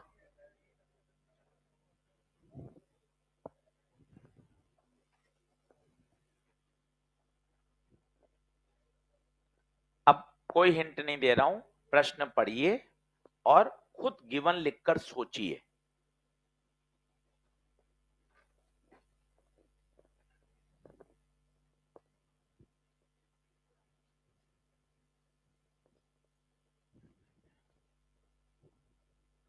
एक बार पूरी कहानी फिर चित्र बना के समझाऊंगा, ताकि आपको ये, क्योंकि देखिए सरल टॉपिक है, सेल्फ और म्यूचुअल। आज आपका टारगेट होना चाहिए कि यार मैं सेक्शन बी पूरा तैयार कर लूं। सेक्शन बी में 2 ही टॉपिक हैं, self induction, mutual induction. Target बनाइए छोटे छोटे, होता जाएगा।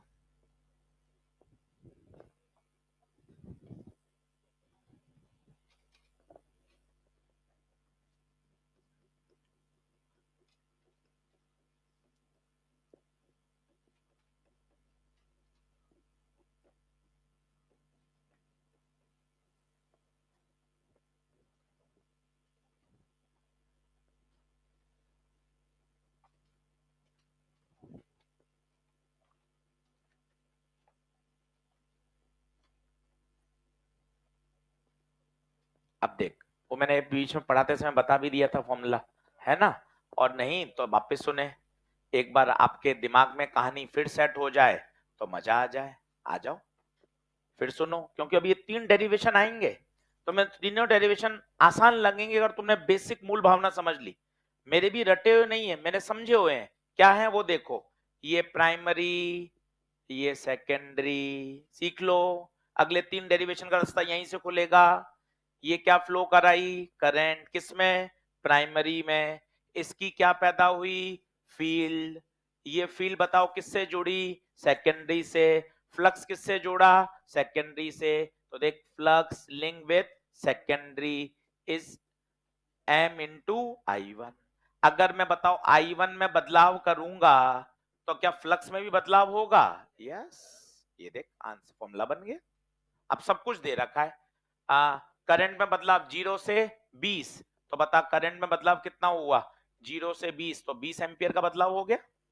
टाइम, टाइम का कोई यूज नहीं है, नो यूज। परेशान होते हैं, अरे यार यार टाइम क्यों दे रखा है, भैया जरूरत ही नहीं है। कभी कभार डेटा ऐसा होता है आप परेशान होते रहते हो, बस जरूरत ही नहीं है। अब बताइए, चेंज इन फ्लक्स कितना पूछा है, एम कितना 1.5, डेल्टा ई कितना 20, बताइए आंसर कितना 30 वेबर। हो गया। छोटे सवाल पर क्लिक कर जाए सही फॉर्मूला, वो इंपॉर्टेंट है। वहां लिखो टाइम का सॉल्व करने में कोई उपयोग नहीं है।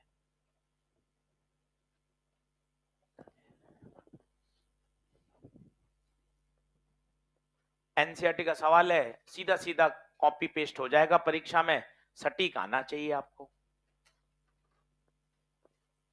प्राइमरी सेकेंडरी 5 बार बोल दिया, 5 बार और बोलूंगा कि पीछे का लॉजिक यही है। फ्लो किस में कराएंगे, प्राइमरी में। प्रभाव किस में देखेंगे, सेकेंडरी में। स्टार लगा के रखिए, एनसीईआरटी का क्वेश्चन है।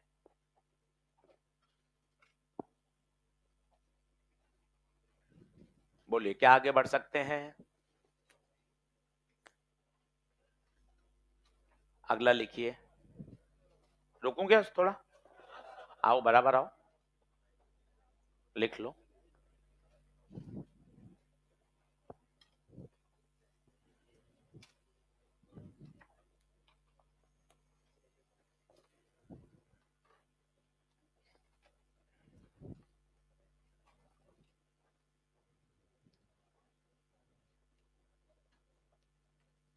बेटाऊं,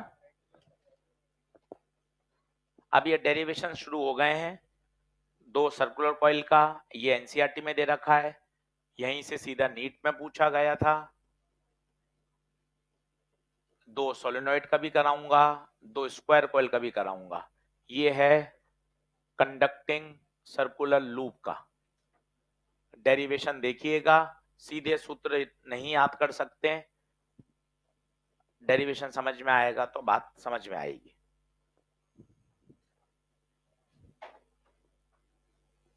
पूरा लिख लीजिए, फिर अपन करते हैं।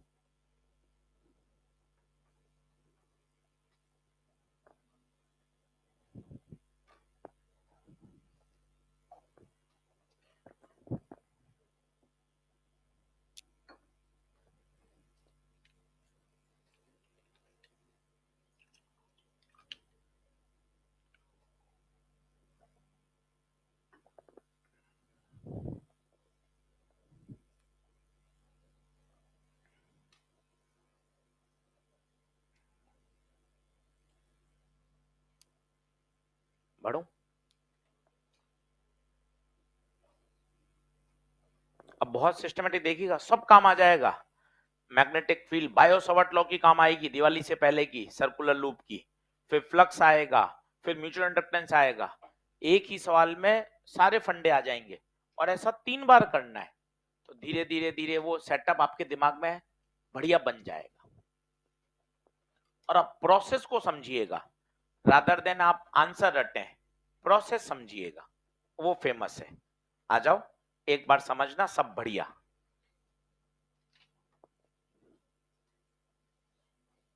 देखें, सभी जनता बोर्ड पे देखें, तरीका समझ ले, और मैं चाहूंगा आप घर पर इसे रफ कॉपी में डिराइव करें खुद से, तो मजा आएगा। दो लूप हैं, देख सकते हैं आप, R1 और R2। बड़ा कौन है? देखो साफ कह रहा है R1, तो बाहर वाला R1, अंदर वाला R2। देख मैंने चित्र भी बड़े ध्यान से बनाया है, R1 काफी बड़ा और R2 काफी छोटा। ठीक है, अब म्यूचुअल पता करना है। अब आपने करंट फ्लो कराई। सर ये करंट तो दे नहीं रखी, कहां फ्लो करानी है? आपने अंदर क्यों फ्लो, बाहर क्यों करा दी? सही जवाब तो क्या है?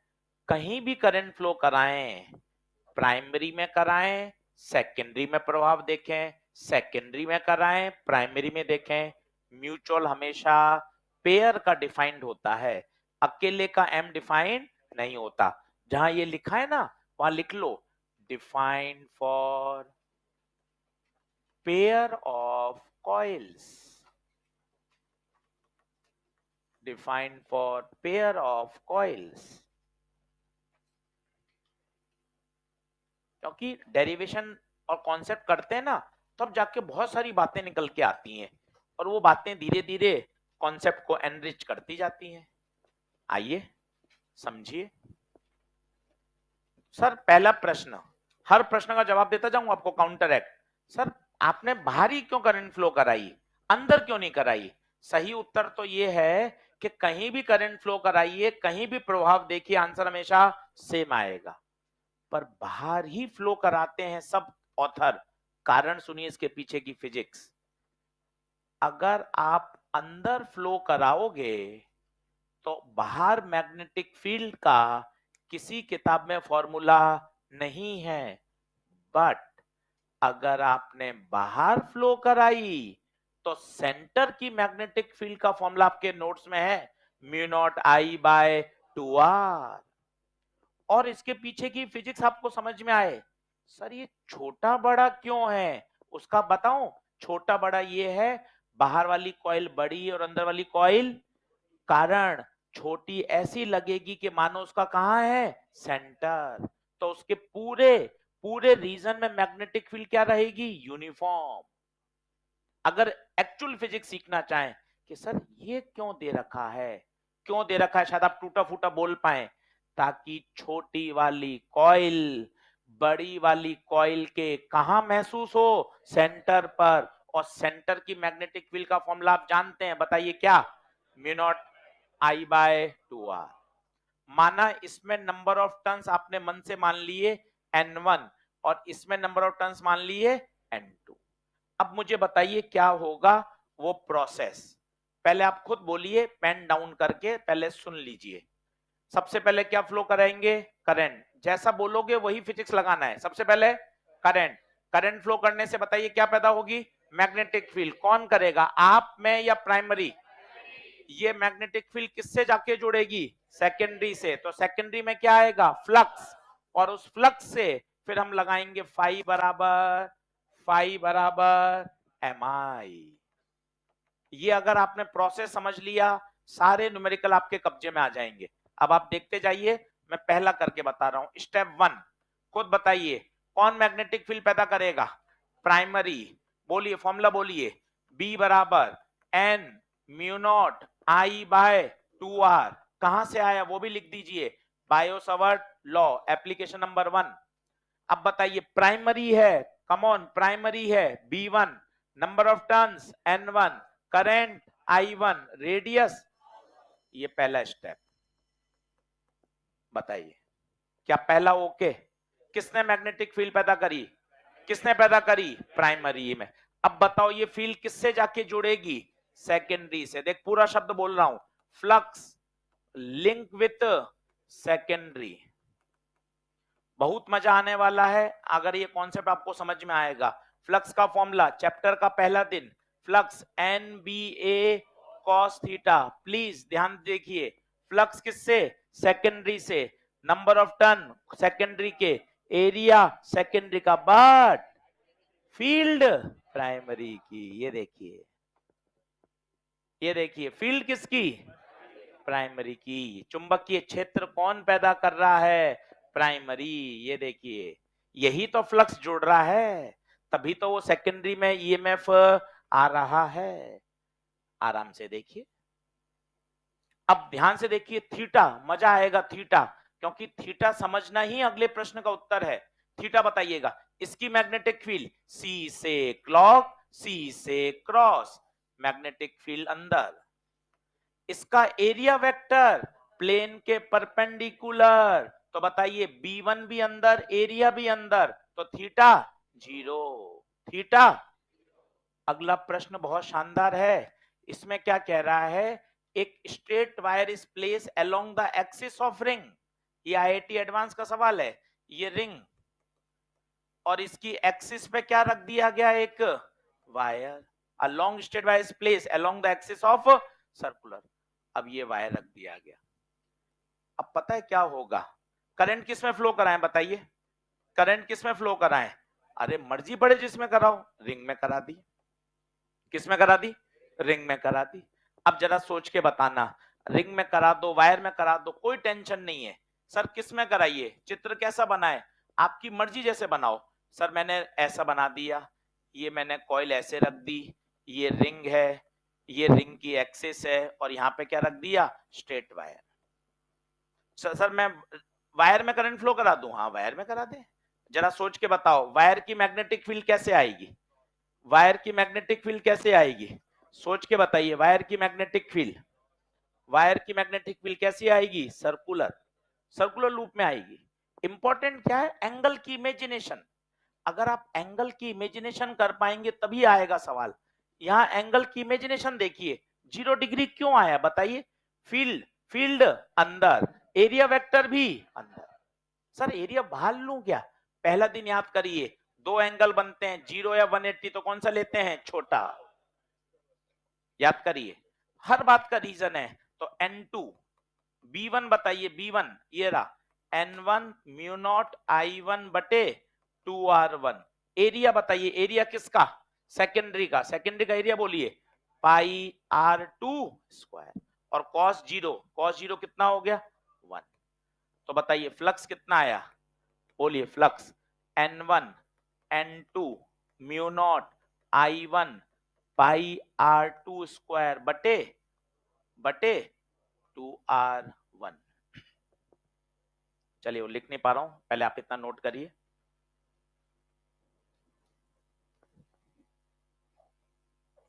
इसको बिना देखे जब डिराइव करोगे ना, तब ये इतना बढ़िया समझ में आएगा। कल आधा घंटा और सिखाऊंगा ये, कल सोलेनोइड का कराऊंगा, दो स्क्वायर कॉइल का कराऊंगा।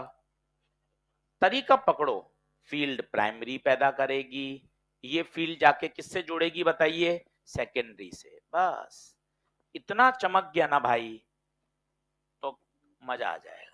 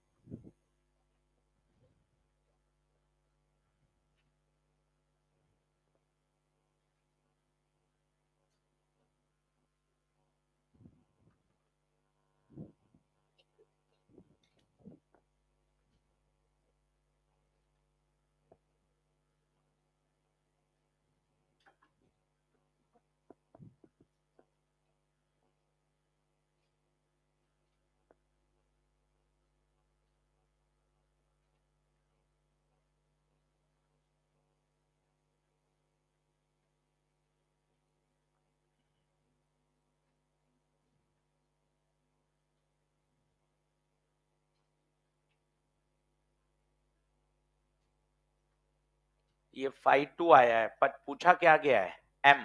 अब क्या लगाएंगे बताइए, स्टेप नंबर 3 खुद करिए, 5-2 बराबर MI1, अपने आप उत्तर आ जाएगा।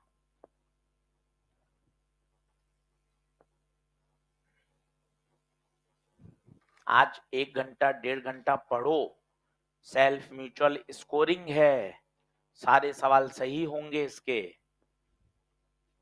पूरे पूरे प्रश्न बनाओ, एनसीईआरटी के बनाओ, ईएलपी के बनाओ, पुराने पेपर्स के बनाओ। आसान टॉपिक है, स्कोरिंग है। इस साल 3 प्रश्न आए हैं।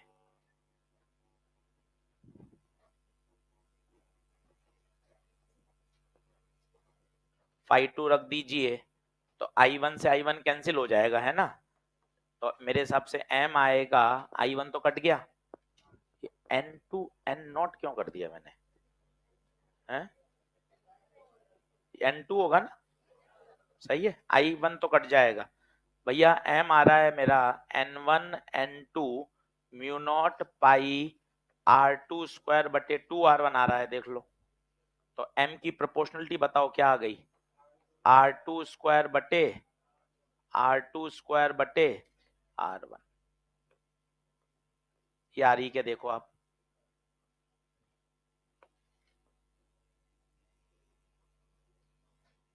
कौन सा ऑप्शन, फोर्थ।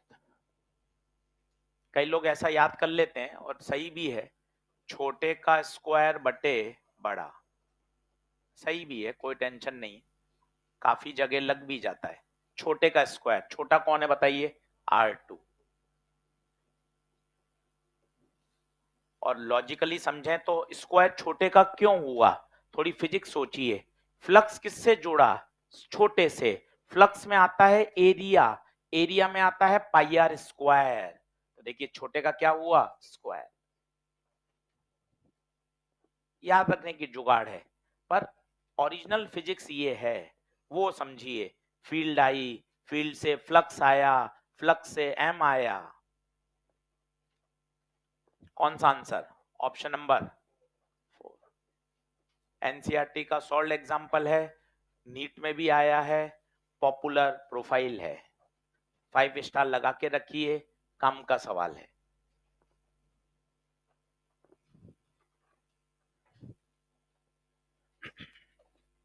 जब ये 3 बार करके देखेंगे ना, तो आपको डर हट जाएगा, आपको भी याद हो जाएगा और आप बोलना सीख जाओगे। करंट फ्लो कराओ प्राइमरी में, प्राइमरी मैग्नेटिक फील्ड पैदा करेगा, ये मैग्नेटिक फील्ड किससे जुड़ेगी, सेकेंडरी से, सेकेंडरी में क्या आएगा, फ्लक्स, और फिर फाई बराबर क्या लगा दो, एम आई। सारे आंसर आपके सामने। अब मैं बात कर रहा था इस सवाल की, इस सवाल में भाई साहब इतना जबरदस्त है, ये है वायर, ठीक है, ये है रिंग, और ये वायर की क्या है, एक्सिस, रिंग की एक्सिस है।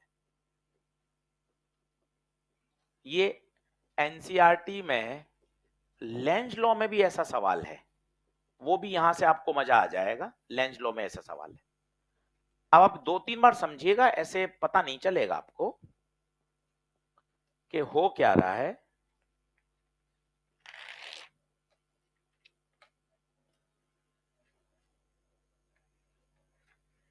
समझिए, पहले इस वायर की बताइए फील्ड, इस वायर की फील्ड बताइए ईमानदारी से, बताइए फील्ड। ठक ठक नियम, यहां क्रॉस, यहां, और अच्छी बनाइए। कैसी लूप बनेगी, कैसी लूप बनेगी, यहां से कहां जाएगा, अंदर, यहां से बाहर। ये देखिए, ये मैंने लूप बना दी। ये लूप ऐसे नहीं है, बताओ कैसे है, ईमानदारी से बताओ। ऐसे है, पक्का मानते हो, ये ऐसे लूप है, देखो सामने आप ऐसे दिख रहे हैं, ये ऐसे। दिमाग वाला सवाल है, आईआईटी का प्रश्न है, तो 2 बार सीखोगे तो चमक जाएगा। ऐसे है। रिंग कैसे रखी गई, रिंग कड़ा दो, रिंग रखी गई है ऐसे, ये रिंग रखी गई है। एरिया वेक्टर बताओ, एरिया वेक्टर ऊपर, मजे की बात, इस रिंग का एरिया वेक्टर ऊपर। फील्ड कहां रह गई, फील्ड रह गई इस प्लेन में, ये प्लेन में फील्ड, ये रिंग एरिया ऊपर, फील्ड कहां घूम रही है, प्लेन में। तो बताओ बी और ए के बीच में एंगल 90, तो बताओ फ्लक्स बी ए कॉस थीटा। सोचिए, फ्लक्स 0, कोई फ्लक्स ही लिंक नहीं होगा तो कोई प्रभाव आएगा ही नहीं। जबरदस्ती हाँ मत भरिए, फिर सीखिए 2 बार, फिर बताता हूं। सबसे पहले वायर की फील लीजिए, आराम से वायर की फील लीजिए, बताइए क्या ये वायर है? ठक ठक नियम लगा के इसका चुंबकीय क्षेत्र बताइए तसल्ली से। यहां क्रॉस, यहां डॉट, इसकी लाइंस बनाइए, क्या ऐसी लाइन होंगी? ये ऐसी लाइंस है, ये क्रॉस है मतलब यहां से लाइंस अंदर, यहां से लाइंस बाहर। ये कौन है बताओ, कौन है? मैग्नेटिक फील्ड किसकी? वायर की। ऐसे गोल गोल गोल गोल लूप्स, ये देखिए ये सामने दिख रहे हैं पर लूप ऐसे है। तो क्या मैग्नेटिक फील्ड इस पेपर पर है? ठीक है, ये बात अलग। ये लाइए रिंग, ये रखी रिंग, ये है रिंग।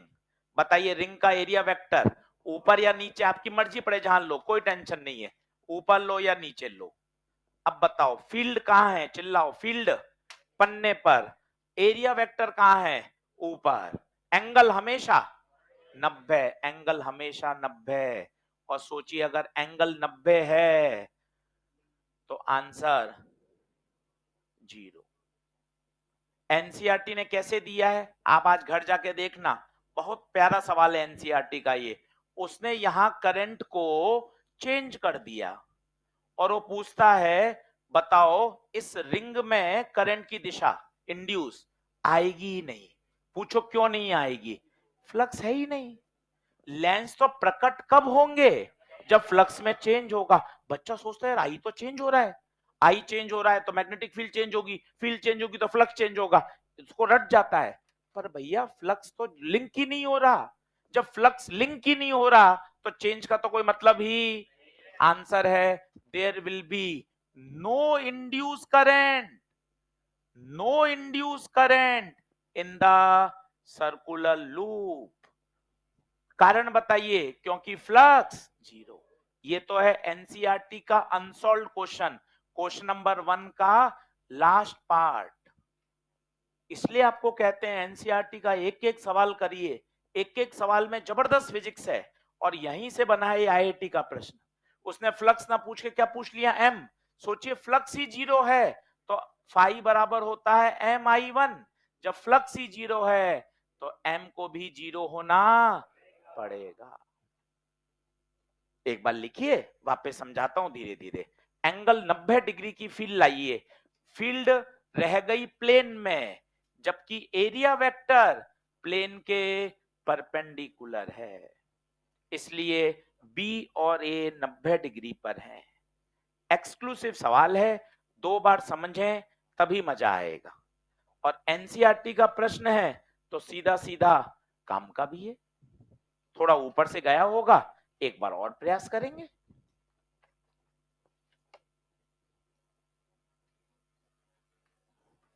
रोज 15 मिनट 20 मिनट किसी ना किसी रूप में एनसीईआरटी से बिताइए। कभी सॉल्व करिए, कभी अनसॉल्व, कभी समरी पढ़िए, कभी डायमेंशन निकालिए, कभी उसके अंदर के ग्राफ वगैरह देखिए। 10-15 मिनट तो करना ही है भैया। अपन पूरा दिन अपन नीट के लिए तो समर्पित हैं, घर छोड़कर आए हैं तो भैया अपना तो पूरा ध्यान उसकी तरफ रहे। टेक्स्ट बुक सबसे ऊपर है, सिलेबस वही है। हमारा अनअकैडमी का मॉड्यूल सिलेबस थोड़ी ना है, सिलेबस टेक्स्ट बुक है भाई। मॉड्यूल तो हमने इतने साल पढ़ाने के बाद क्या क्या सवाल पूछते हैं, क्या थ्योरी चाहिए, कैसे सवाल हैं, वो मॉड्यूल डिजाइन हो गया सब इंस्टीट्यूट का। बस सिलेबस तो टेक्स्ट बुक है, वो तो 100% एक एक सवाल उसका आना चाहिए। थोड़ा सा और सीरियस होइए।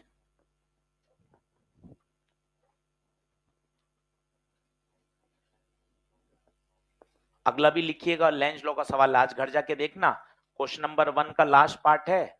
और उसी क्वेश्चन नंबर 1 से नीट में भी 2024 में सवाल आया है, कल बताऊंगा। एक तरफ रखूंगा एनसीईआरटी का सवाल, एक तरफ रखूंगा नीट 2024 का सवाल, सेम प्रश्न आया है।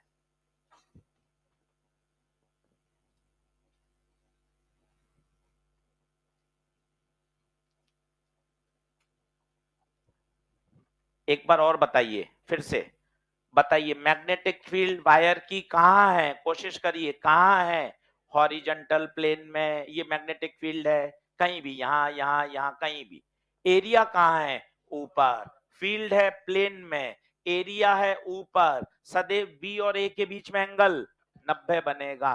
फ्लक्स जुड़ेगा ही नहीं, शब्दों में लिख दो, रिंग से जुड़ने वाला फ्लक्स हमेशा जीरो, शब्दों में लिख दो तो आर पार आनंद ही आ जाएगा।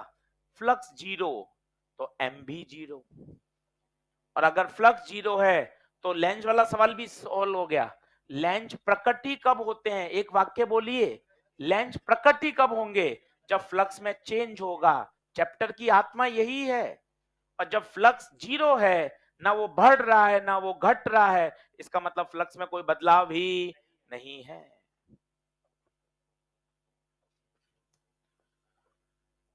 क्वेश्चन को बॉक्स में डाल लीजिए, बेहतरीन सवाल है, कंसेप्चुअल प्रश्न है, आना चाहिए। चेंज करूं क्या स्लाइड? ये वाला प्रश्न लिख लीजिए, NCERT question number 1 last part, उसने पूछा है रिंग में इंड्यूस करंट बताओ। आंसर है रिंग में इंड्यूस करंट जीरो है, भले ही आप इस वायर में करंट को बढ़ाओ करंट को घटाओ, कोई टेंशन नहीं।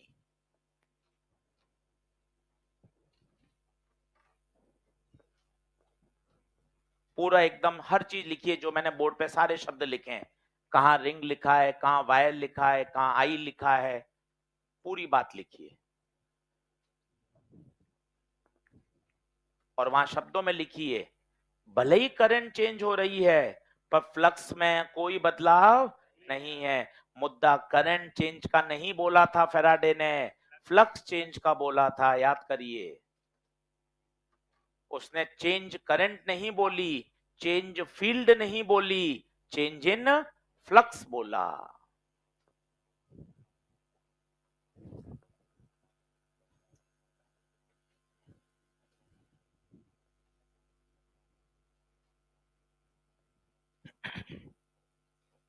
कल ईएलपी करके लाओ, आधा घंटा ईएलपी को दूंगा। कल एनसीईआरटी के 4-5 सवाल देंगे, परसों एनसीईआरटी करके लाओ, प्रश्न बनाओ, उसी से सब्जेक्ट में पकड़ बनेगी।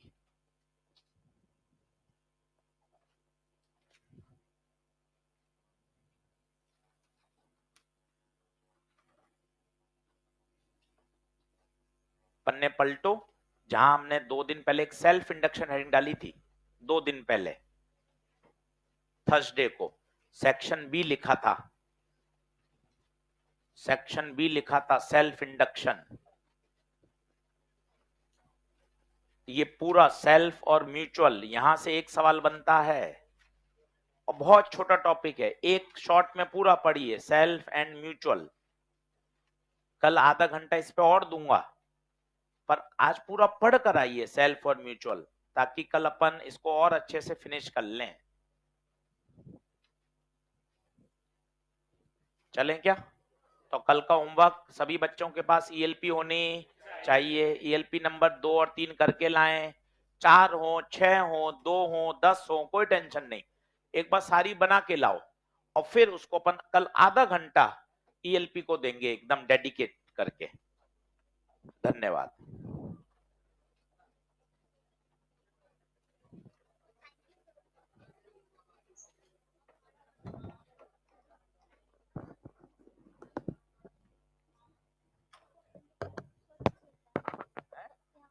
एरिया, हाँ, तो सरफेस तो यही है, तो एरिया अंदर जाएगा ना, परपेंडिकुलर मैग्नेटिक फील्ड भी अंदर है, एरिया भी अंदर है, तो थीटा 0 डिग्री हो गया ना, दोनों अंदर। आपने कहा था दोनों से निकालेंगे तो m सेम है, हाँ तो m प्रोपोर्शनल भी सेम होना चाहिए ना, सेम ही तो आएगा। तो इधर से सर मेरा r1 स्क्वायर बाय r2 आ रहा है, तो मैंने इनर में जब करंट तो फिर फील्ड कहाँ की निकाली, बाहर? नहीं, मतलब इनर की फील्ड निकाली, एरिया सेकंड का लिया। तो इनर की फील्ड तो इनर के सेंटर पे आएगी, फील्ड तो बाहर पर है ना, तो कोई कर ही नहीं सकता हो। अच्छा, कोई बच्चा नहीं कर सकता, तू नहीं, कोई भी नहीं कर सकता। पूछ क्यों? क्योंकि जब इनर में करंट फ्लो कराओगे तो फील्ड कहाँ आएगी, इनर के सेंटर पर आएगी, जबकि आउटर कॉइल कहाँ रखी गई है, कोई नहीं कर पाएगा, तू नहीं, कोई भी नहीं कर सकता। इवन क्वेश्चन में अगर करंट को एंटी क्लॉकवाइज डायरेक्शन में बदल एरिया किधर होगा, ये इसको लिया बाहर, तो इसका फील्ड तो हो गया बाहर, इसका P1 तो हो गया डॉट। अब ये रखी गई है रिंग,